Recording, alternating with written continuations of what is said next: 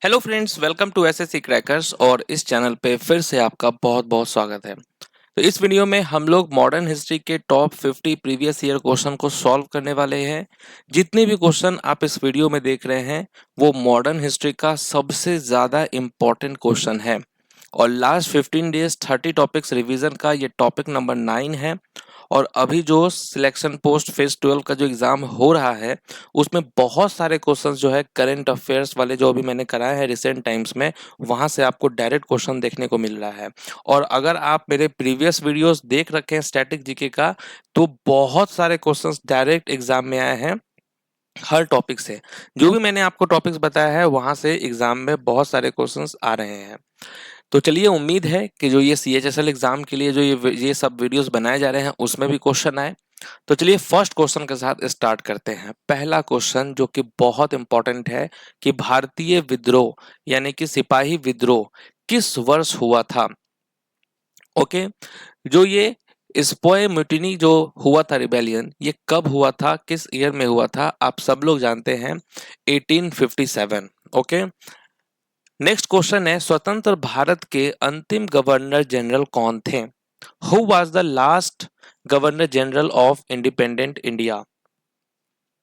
तो सी राजगोपालाचारी कौन थे, ये लास्ट गवर्नर जनरल थे इंडिपेंडेंट इंडिया के। नेक्स्ट क्वेश्चन है भारतीय राष्ट्रीय कांग्रेस के पहले अध्यक्ष कौन थे।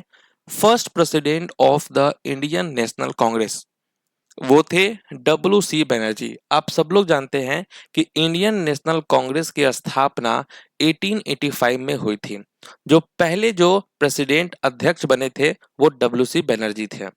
नेक्स्ट क्वेश्चन है हिंद स्वराज पुस्तक किसने लिखी है। बहुत ही फेमस बुक है। किसने लिखी है हिंद स्वराज पुस्तक, तो वो महात्मा गांधी ने लिखा था। नेक्स्ट क्वेश्चन है भारत के निम्नलिखित वायसराय में से किसने घोषणा की जिसे अगस्त ऑफर के नाम से जाना जाता है। तो अगस्त ऑफर ये किस वायसराय से रिलेटेड है, तो राइट आंसर क्या होगा, वायसराय लिनलिथगो होगा करेक्ट आंसर। ठीक है, नेक्स्ट क्वेश्चन है निम्नलिखित में से कौन सी घटना 1905 के स्वदेशी आंदोलन के महत्वपूर्ण कारणों में से एक थी। Which of the following events was one of the most important reason for the Swadeshi movement of 1905। तो वो था partition of Bengal. Okay, Bengal का विभाजन। नेक्स्ट है भारतीय राष्ट्रीय कांग्रेस के निम्नलिखित में से किस अधिवेशन में दादा भाई नौरोजी अध्यक्ष थे। तो देखिए दादा भाई नौरोजी जो है वो किस अधिवेशन में अध्यक्ष थे, तो जो सेकेंड अधिवेशन हुआ था 1886 का, ओके, इसके वो अध्यक्ष थे। नेक्स्ट क्वेश्चन है 1932 में स्थापित हरिजन सेवक संघ के संस्थापक कौन थे। Who was the founder of the Harijan Sevak Sangh founded in 1932। तो वो थे महात्मा गांधी। Okay, B.R. अम्बेडकर से कंफ्यूज नहीं होना है, महात्मा गांधी जो है यहाँ पर होगा राइट आंसर, इसीलिए एग्जामिनर ये क्वेश्चन को बार बार पूछता है। नेक्स्ट क्वेश्चन है who was the first nationalist to give the theory of drain of wealth from India to England. Bharat से इंग्लैंड को धन के निकास का सिद्धांत देने वाला प्रथम राष्ट्रवादी कौन था। वो थे दादा भाई नौरोजी। नेक्स्ट क्वेश्चन है निम्नलिखित में से किसने महात्मा गांधी ने अपना राजनीतिक गुरु माना था। महात्मा गांधी के पॉलिटिकल गुरु की बात करें तो वो कौन थे, गोपाल कृष्ण गोखले थे। नेक्स्ट है निम्नलिखित में से कौन पंजाब केसरी के नाम से प्रसिद्ध था। पंजाब केसरी हम किसे कहते थे, तो लाजपत राय को हम कहते थे पंजाब केसरी। नेक्स्ट क्वेश्चन है चित्तरंजन दास निम्नलिखित में से किस व्यक्तित्व के राजनीतिक गुरु थे। तो यहाँ पर आपसे पूछा गया है कि चित्तरंजन दास जो है वो किसके पॉलिटिकल गुरु थे, तो सुभाष चंद्र बोस के पॉलिटिकल गुरु का नाम था चित्तरंजन दास। महात्मा गांधी के पॉलिटिकल गुरु का नाम था गोपाल कृष्ण गोखले। नेक्स्ट है गांधी इरविन समझौता कब हुआ था। When was the Gandhi Irwin pact signed. ये हुआ था 5 मार्च 1931 को। कब हुआ था गांधी इरविन पैक्ट साइन, तो 5 मार्च 1931 को। नेक्स्ट है भारत छोड़ो आंदोलन के दौरान भारत का वायसराय कौन था। भारत छोड़ो आंदोलन के दौरान भारत का वायसराय कौन था, तो वो लॉर्ड लिनलिथगो था। ओके, नेक्स्ट है प्रसिद्ध डांडी मार्च किस आंदोलन का हिस्सा था? Famous Dandi March was a part of which movement? किस मूवमेंट का ये पार्ट था? तो सिविल डिसओबीडियंस मूवमेंट का ये पार्ट था। सविनय अवज्ञा आंदोलन का ये पार्ट था। नेक्स्ट है फॉरवर्ड ब्लॉक के संस्थापक कौन थे? Who was the founder of the forward block? तो ये कौन थे? सुभाष चंद्र बोस थे। नेक्स्ट है किस भारतीय स्वतंत्रता सेनानी को भारत का बिस्मार्क भी कहा जाता है? तो वो कौन इंडियन फ्रीडम फाइटर हैं जिनको बिस्मार्क ऑफ इंडिया कहा जाता है? सरदार वल्लभ भाई पटेल को कहा जाता है। नेक्स्ट है मार्च 1930 के किस दिन गांधी जी द्वारा प्रसिद्ध डांडी मार्च शुरू किया गया था? ठीक है, तो यहाँ पर आपसे डेट पूछा जा रहा है। तो 12 मार्च 1930 को गांधी जी द्वारा प्रसिद्ध डांडी मार्च शुरू किया गया था। नेक्स्ट है 1929 में डैश की अध्यक्षता में लाहौर कांग्रेस ने पूर्ण स्वराज की मांग को औपचारिक रूप दिया था। तो 1929 में किसकी अध्यक्षता में? तो जवाहरलाल नेहरू की अध्यक्षता में लाहौर कांग्रेस ने पूर्ण स्वराज की मांग को औपचारिक रूप दिया था। नेक्स्ट है इंडियन नेशनल कांग्रेस के अध्यक्ष बनने वाले पहले अंग्रेज कौन थे? यहाँ पर फर्स्ट इंग्लिश मैन पूछा जा रहा है to become the president of Indian National Congress. वो कौन थे? तो जॉर्ज यूल होगा यहाँ पर करेक्ट आंसर। ठीक है, जॉर्ज यूल। फोर्थ सेशन था, इलाहाबाद में ये हुआ था। फर्स्ट मुस्लिम प्रेसिडेंट कौन थे? बदरुद्दीन तैयबजी थे। फर्स्ट प्रेसिडेंट कौन थे? डब्ल्यू.सी. बनर्जी थे। नेक्स्ट है गांधी जी दक्षिण अफ्रीका से कब भारत लौटे? गांधी जी दक्षिण अफ्रीका से कब भारत लौटे थे? तो 1915 को गांधी जी लौटे थे दक्षिण अफ्रीका से। नेक्स्ट है निम्नलिखित में से किसे 1947 में स्वतंत्र भारत के पहले कानून मंत्री के रूप में नियुक्त किया गया था? यहाँ पर फर्स्ट लॉ मिनिस्टर पूछा जा रहा है इंडिपेंडेंट इंडिया। तो राइट आंसर क्या होगा? B.R. अम्बेडकर हो जाएगा। नेक्स्ट क्वेश्चन है स्वराज मेरा जन्म सिद्ध अधिकार है और इसे मैं लेकर रहूंगा, यह नारा किस भारतीय स्वतंत्रता सेनानी ने दिया था? ये बाल गंगाधर तिलक ने दिया था। नेक्स्ट है निम्नलिखित में से कौन भूदान यज्ञ यानी कि भूमि उपहार आंदोलन के संस्थापक थे?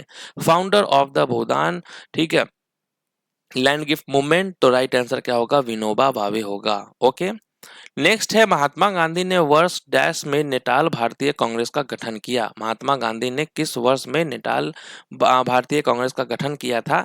1894 में गठन किया था नेटाल इंडियन कांग्रेस का। नेक्स्ट है भारत के किस स्वतंत्रता सेनानी ने सारे जहां से अच्छा गीत की रचना की? ठीक है, तो भारत के किस स्वतंत्रता सेनानी ने सारे जहां से अच्छा गीत की रचना की? तो वो मोहम्मद इकबाल ने किया था। नेक्स्ट है भारत को डैश अधिनियम द्वारा भारत और पाकिस्तान में विभाजित किया गया था? India was divided into India and Pakistan by the dash act. इस एक्ट के तहत? तो इंडियन इंडिपेंडेंस एक्ट 1947 के तहत डिवाइड किया गया था। नेक्स्ट है जालियांवाला बाग हत्याकांड की जांच के लिए किस आयोग का गठन किया गया था? तो हंटर कमीशन का जो है सेटअप किया गया था। नेक्स्ट क्वेश्चन है, और देखिए जालियांवाला बाग जो ये जो कमीशन था ये 29 अक्टूबर 1919 को फॉर्म्ड हुआ था और ये इसी साल जो है ये जालियांवाला बाग कांड भी हुआ था।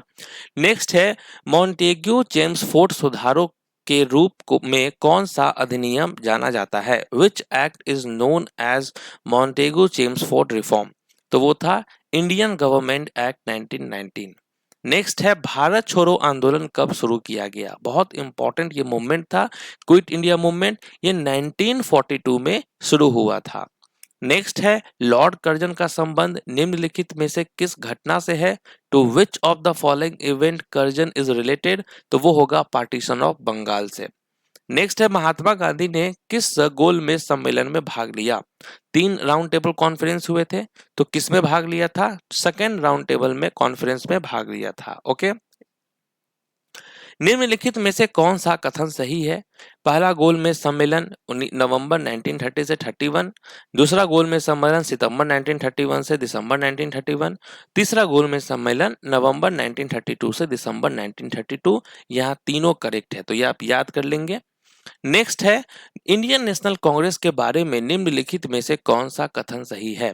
कांग्रेस के पहले अध्यक्ष डब्ल्यू.सी. बनर्जी थे।